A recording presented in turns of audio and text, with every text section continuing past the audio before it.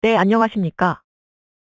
한국이 개발한 4.5세대 초음속 전투기 KF-21의 시제 5호기가 첫 시험 비행에 성공하며 대서사시를 그려가고 있습니다. 방사청에 따르면 지난 16일 경남 사천 제3훈련 비행단에서 2시 19분 이륙해 45분간 남해 상공을 비행했다고 하는데요. 놀라운 속도로 개발이 진행되고 있는 KF-21은 앞으로 남은 시험 과정에서 AESA 레이더, RF 제머, 이엇, IRST 등 한국이 자체적으로 개발이 첨단 핵심 기술 검증 시험과 함께 공중급류 시험도 진행될 것으로 보입니다. KF-21의 시제기는 총 6기, 단자형 4기와 복자형 2기로 개발되는데요. 이번 시제 5호기를 끝으로 단자형 KF-21은 모두 제작이 완료되어 시험 비행까지 성공한 상태이며 마지막 시제 6호기는 다음 달 시험 비행에 나설 예정이라고 하니 처음으로 초음속 전투기 개발에 도전한 국가가 맞는가 싶을 정도로 순조롭고 빠른 개발 과정을 보이고 있습니다. 한편 같은 날 씁쓸한 소식도 전해졌는데요. 명세계 공동개발국이면서 8천억 분담금을 미납하고 있는 인도네시아가 파견한 조종사들이 시제기에 처음으로 탑승한 것으로 확인되었습니다. 콤파스닷컴에 따르면 지난해 1월부터 한국에서 시험 비행 조종 교육 기술을 끝낸 인도네시아 공군 소속 모하메드 지안터 대령이 탑승했다고 밝혔습니다. 다만 인도네시아로 보내기로 합의된 시제 5호기가 아닌 시제 4호 복자형 후방석에 탑승하여 이목을 끌었는데요. 전방 조종석의 조종관은 한국 조종사인 김태범 소령이 탑승하였죠. KAI는 이유에 대해서는 언급하지 않았지만 분담금 문제가 해결되지 않은 상황에서 인도네시아 측의 조종사가 조종관을 잡는 것은 승인되지 않은 것으로 보여집니다. 실제로 군 관계자는 양국 협의에 따라 한국에 파견된 인도네시아 조종사가 비행훈련에 일정 부분 참여하게 돼 있으나 분담금 문제가 아직 해결되지 않아 추후 진행 상황에 따라 비행 참여 정도가 결정될 것이라고 말했죠. 즉 인이가 올해 2월 약 417억 원을 냈으니 후방석 정도는 태워줄 수 있다는 뜻으로 판단될 수 있습니다. 시식 코너 들어가서 간단하게 맛보는 거죠.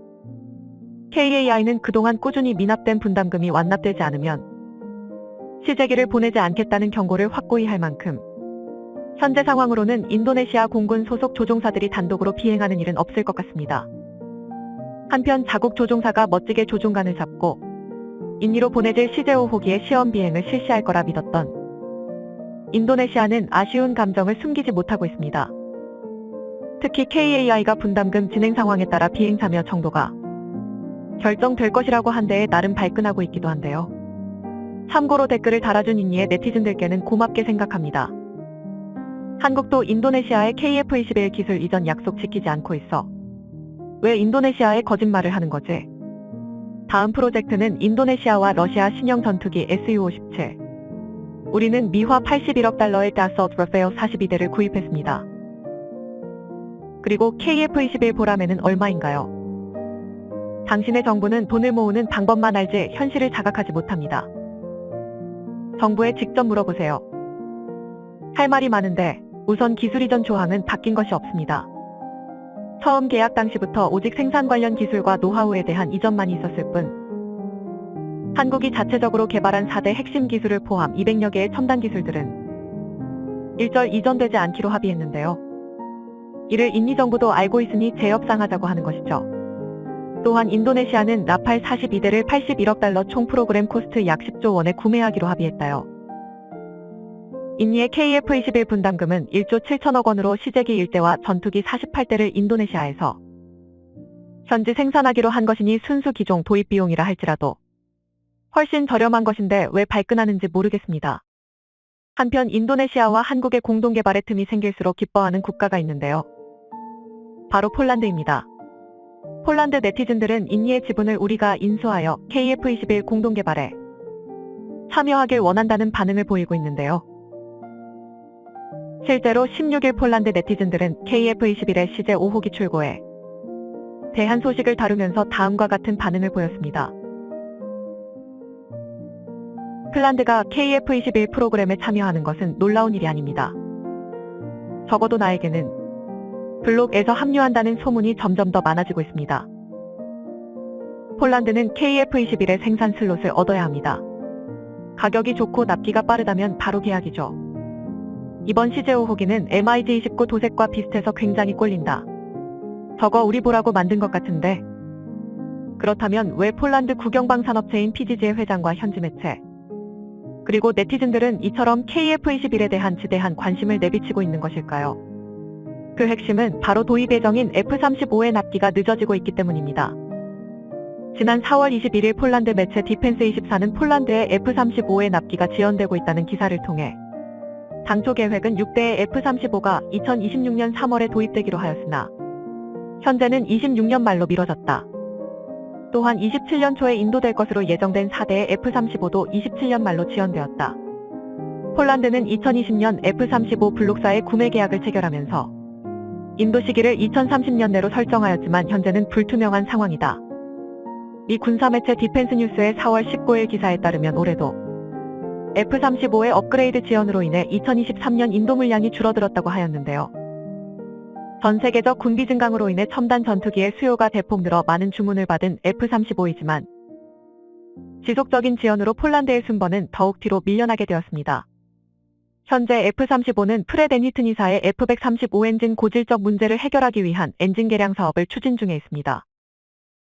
F-135는 매우 강력한 엔진이지만 F-35 개발 과정에서 원래 계획보다 기체 면적이 증대되고 무거워지면서 목표하고 있던 항속거리와 가속 능력을 뒷받침하기 힘들어졌고 게다가 F-135의 발전량 및 냉각 능력으로는 블록 3위 택, Refresh 3 업그레이드에서 추가되는 여러 기능을 완전히 사용할 수 없다는 사실도 판명되었습니다.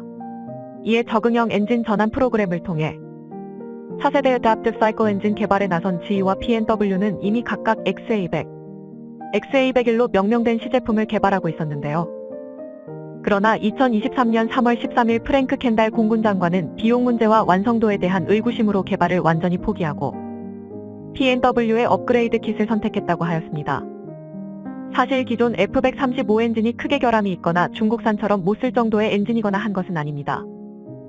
다만 비대한 F-35 기체에는 적합하지 않은 엔진이라는 데 있죠. 특히 늘 언급되는 것이 기동성 문제인데요.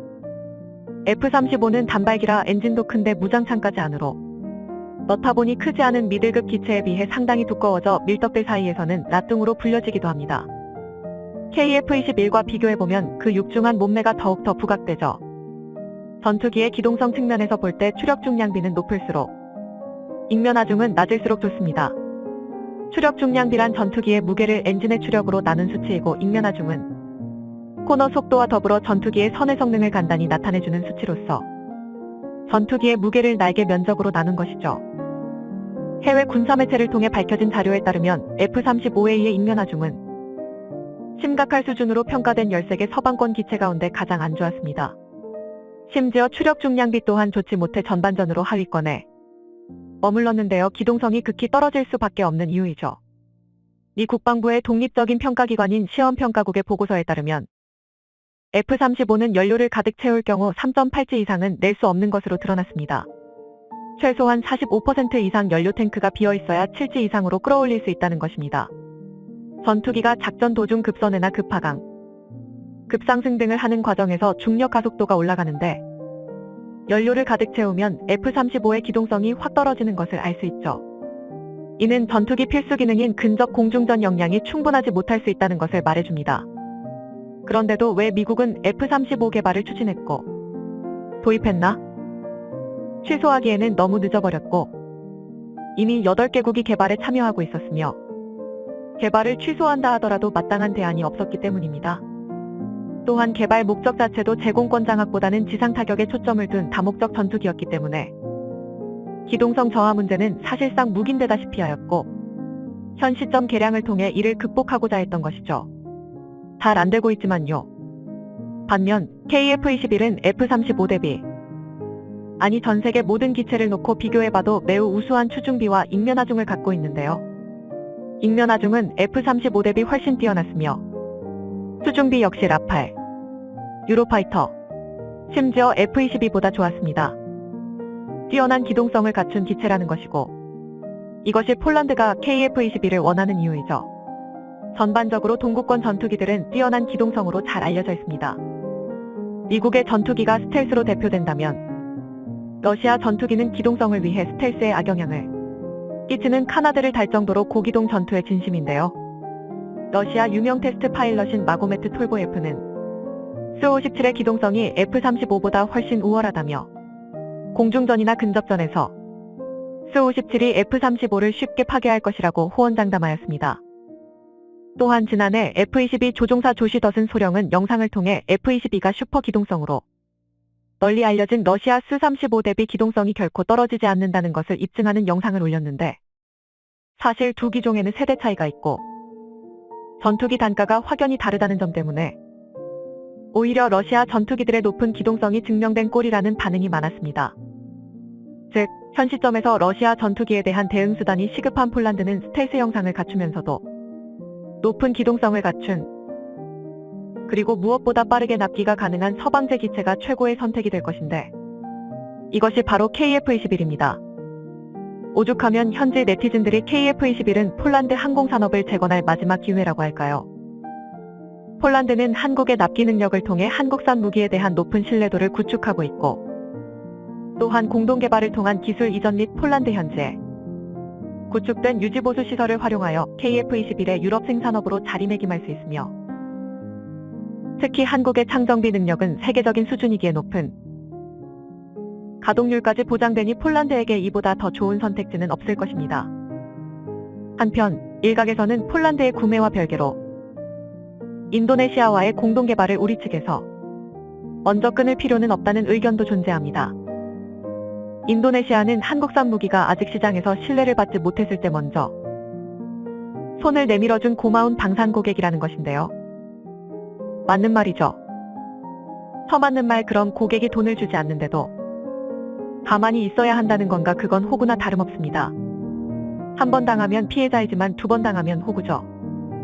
그런데 벌써 인도네시아는 KF-21, T-50, DSM-2500 세 가지 무기의 미납을 수차례 미루어 왔기 때문에 좋은 소리를 해줄래야 할 수가 없는 것입니다.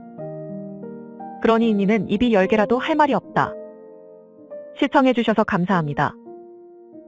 영상이 도움이 되셨다면 구독과 좋아요 부탁드리며 다음에 더 유익한 영상으로 찾아뵙도록 하겠습니다.